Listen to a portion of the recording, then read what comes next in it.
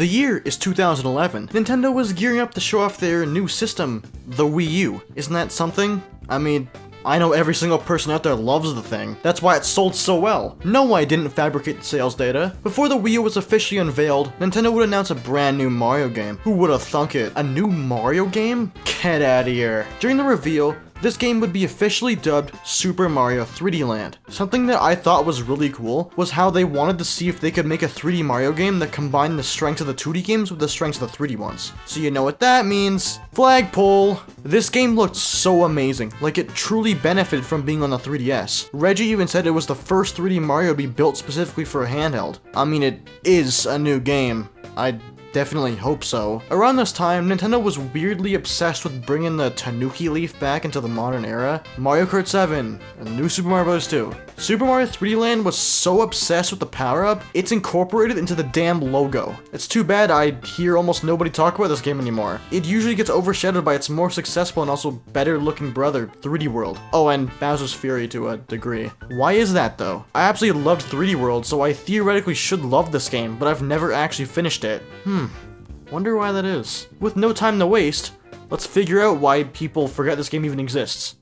Super Mario 3D Land. The 14-year-old 3DS game has appeared in my hands like no other game has done before. I really like this box art design. Lots of random stuff is placed everywhere, kinda like the game itself. I really like how Mario is portrayed as 3D alongside the 2D background behind him, really showcasing what kind of game this is. Unlike 3D World, this menu doesn't really have much to do outside of playing the game. No amazing Luigi brothers, nothing. I tried to come up with a list of things and just didn't. They do have these little demos that allow you to experience the level of glasses-free 3D this game offers. It is a 3DS game after all. Honestly, just from these demos alone, I can see how beneficial it would be to experience this game in 3D. Too bad my fucking eyes hate it. Upon starting the game, it really gets to the point. If you thought Mario games barely had a plot before, this game skips all the unnecessary kidnapping moments and exchanges it for these really cool photos that use a really unique art style. Upon finishing each world, Mario will come across these letters, all drawn in the amazing 2D Mario art style. One thing I desperately want is a game that uses this exact style. It's just way too good to only be used for the art. I am, however, a bit disappointed that the story is only told through these letters.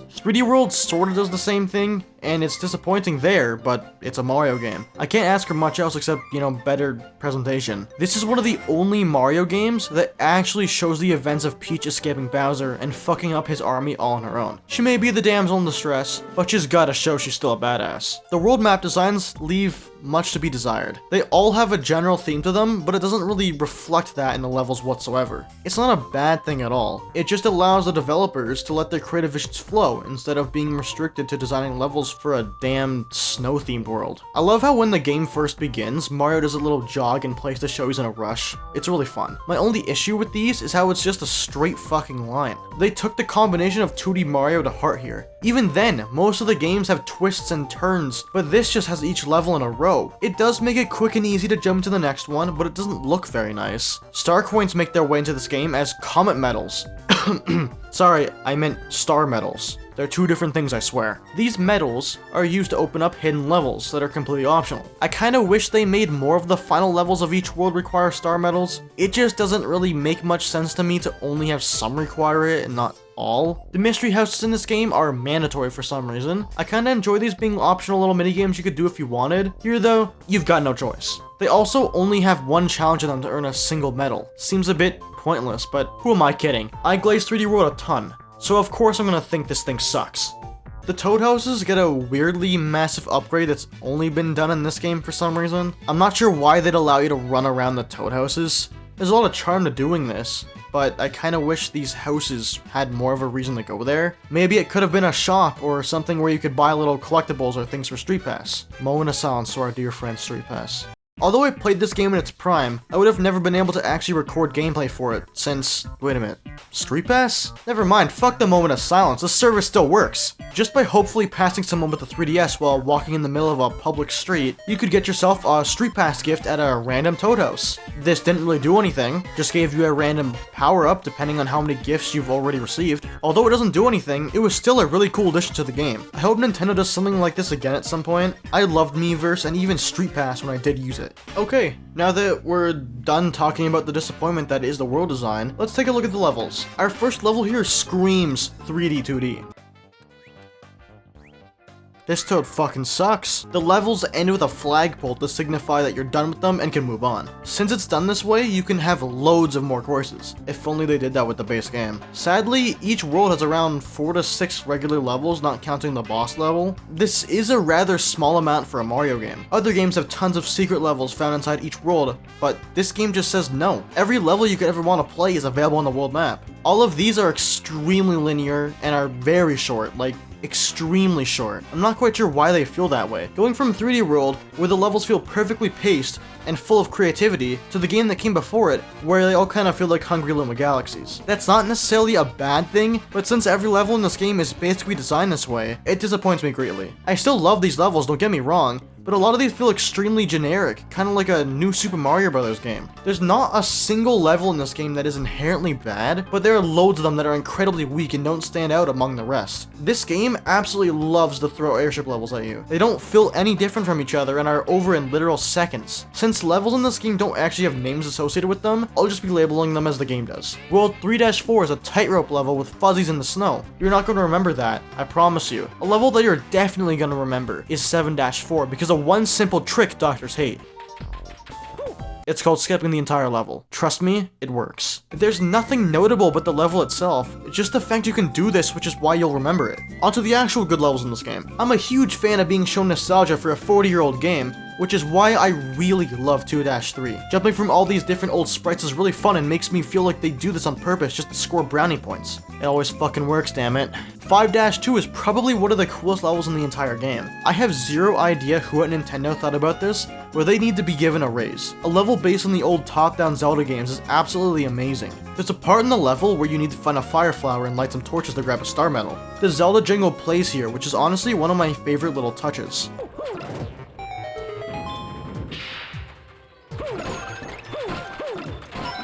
My personal favorite course in the entire game is 3-1. It's obviously rather short, but it has an open area type of level design that's really cool for a game on a 3DS. The camera kinda sucks sometimes, but I loved exploring this little area and going up the tower. I wish it was just a little longer, but it doesn't overstay its welcome, so it's all good. The movement in this game is a bit weird. I'm not sure whether I like it or not. The game feels very slow, but it's designed around it. I do kinda miss how fast 3D World was on the Switch, but it isn't the worst here. All your standard 3D movement has been implemented.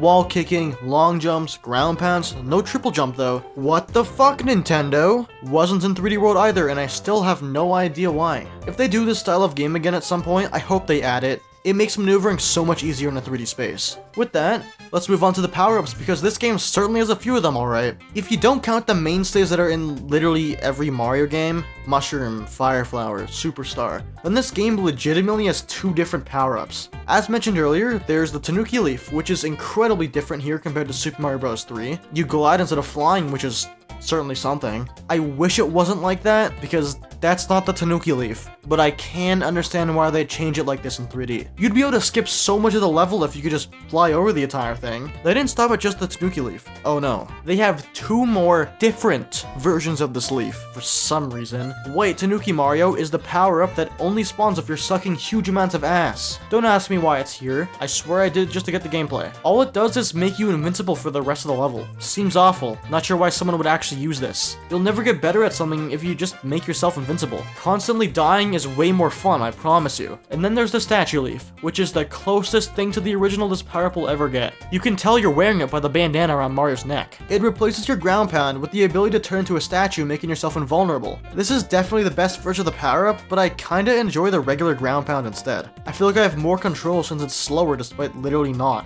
The Boomerang Flower makes its grand entrance by being one of the best power-ups in the entire series. Mario skinned a fucking Boomerang Bro alive just to get this thing. All it does is throw boomerangs and it's so good. You can hit enemies more accurately from afar, grab medals, you name it. As long as it's a dumb collectible or an enemy that can take some sort of damage, you can use this thing. I absolutely love using this. Although this game has such a small pool of power-ups, the ones it does have are really good. Literally, that's my only issue. If they only added a little bit more, it would have been absolutely perfect. No, I'm not okay. I just spent the last few minutes talking about the fact the fucking leaf is different, and no, I don't like change. As a Mario game connoisseur, it is my obligation to talk about the bosses this game offers. Before even getting into it, I'm just gonna say how disappointing they are. Even for a Mario game, these feel incredibly lacking. The first boss you fight is Bowser. Okay. Nintendo so desperately wanted to convert the original Bowser fight from Super Mario Bros. Into 3D, so they did. It works about as good as you think. A lot of the time you can just walk around him, and even if you do take damage, just take that opportunity to finish him off. You fight the same Bowser 3 whole times. At least with 3D World, they changed the type of fight entirely and had you knock back a bunch of balls. It's way more interesting and I like it a lot more. Also, these are fake Bowsers. Thought I'd mention that. The airship levels have you fight our boy here Boom Boom and his sister Pom Pom. Boom Boom is your standard fight. He gets dizzy from spinning and falls over, allowing you to stomp on him. Pom Pom throws her boomerang at you. That's it. That's the fight. Both of these fights are a lot better in 3D World. They're still easy, but they have more of the fights that make them a little harder to just casually steamroll. The final Bowser fight is actually not that bad. I really liked it. The section where he's throwing barrels down was very unexpected. You're not Donkey Kong, put the barrels down, bro. All of this ends with a press of another button, which finishes off the game. As stated earlier, I really don't like this game's bosses. I really was expecting this game to have all these cool bosses like its successor. Boy, was I wrong. Even though Pom Pom is a new addition to the series, she still feels like such a generic boss. I've been absolutely spoiled by just how amazing some of the bosses in 3D World actually were. The Histocrat, Motley Boss Blob, and even King Kathunk are all great bosses. I set my expectations way too high for this game, which makes me a bit sad. I still enjoy the fights that are in this game, they just don't live up to what I was hoping. After beating Super Mario 3D Land and collecting every single star medal, you will unlock the special worlds. It's a bit interesting for this game to literally double in length after beating it. I honestly love that it does that. After beating the first world, you'll actually unlock Luigi. Luigi is how he is in every game, a slippery guy who jumps way too high. Man, I should write music. I absolutely loved playing as Luigi for the majority of the special worlds, but his lower traction began to get incredibly annoying. I'd say it's more my fault for being annoyed by it since I suck and I sadly ended up switching back to Mario near the end. My only issue with the special worlds is how most of these are just remixed courses. You don't have very many actually new ones. 3D World is a similar thing, except with that game, one of its special worlds is dedicated entirely to having brand new post-game levels instead of just casual remixes. Instead of doing that, Nintendo just takes courses and remixes them multiple times. 1-2, 2-4, 3-5, 4-3, and 7-2 all appear at least twice, just to use those as an example. I really don't think they should have given this game 8 special worlds if they were just gonna reuse levels multiple times. If you had an idea for a new gimmick, make a new course for it. It would make the game have a lot more content to it instead of just making you feel like it does. Boom Boom and Pom Pom fights return here, but have actually been properly remixed, which I'm pleasantly surprised about. I loved fighting them one after another in a sort of like boss rush kind of style. It's a lot better than the base game. Dry Bowser replaces regular Bowser in the castle levels. It's the same fight. There's nothing different. After collecting absolutely everything in this game, you unlock nothing. It is not until you hit the top of the flagpole in every level, and also beat every level with both Mario and Luigi, that you will unlock the final level. The Champion's Road to this game. The Grandmaster Galaxy. Because I don't have the time to replay the entire game at the moment, I'm unable to actually play the level. But I'll still talk about it. Special World 8, Dash Crown. This level is not difficult at all, whatsoever. For a final level, it sure can be cheesed a lot with just the Tanuki leaf. The hardest part is literally just fighting Boom Boom and Pom Pom at the same time again. Thank you! No, thank you for allowing me to experience 99% of this game. The missing 1% will be completed. Eventually. I kinda doubt it, but only time will tell. I left the game outside, so who knows where it is by now. Damn it, it's still there. If you made it to the end, then I'd like to thank you for watching. After going through the entirety of Super Mario 3D Land, I was constantly thinking about why people would just forget about this game. After beating it though, it suddenly dawned on me. This game is genuinely fantastic and was an absolute ton of fun, but it's incredibly generic even for a 3D Mario game. Most of the levels in this game don't leave much of an impact and are way too short. The world designs are basic, the bosses aren't the greatest. This game just doesn't really do anything special or memorable to warrant people wanting to talk about it or consistently replay it. 3D World is the better game in almost every way. The game may have less content, but it makes up for it with the sheer quality every single level brings. So many levels in that game are memorable, but here, I may have some genuine favorites, but the overall level design leaves much to be desired. Despite the many issues, this game has an amazing soundtrack. Special World 8 and 8-Crown used the Drawing Mario song for the world theme, and I absolutely love it. If no one got me, I know 3D Land's soundtrack does. I really hope this game gets ported to a modern platform at some point. It's very inaccessible to the vast majority of people, and I think this game deserves to be brought back to the spotlight, and a port of it would do exactly that. This game may be generic, but I don't think it deserves to be forgotten at all. It deserves a lot more respect than we all give it. If you liked today's video, please make sure to like, comment, and subscribe, as well as turn on post notifications to stay up to date with everything I post. This game certainly was a ride. I'm gonna go play a good game now, like Hell's Kitchen. God, this game is so good.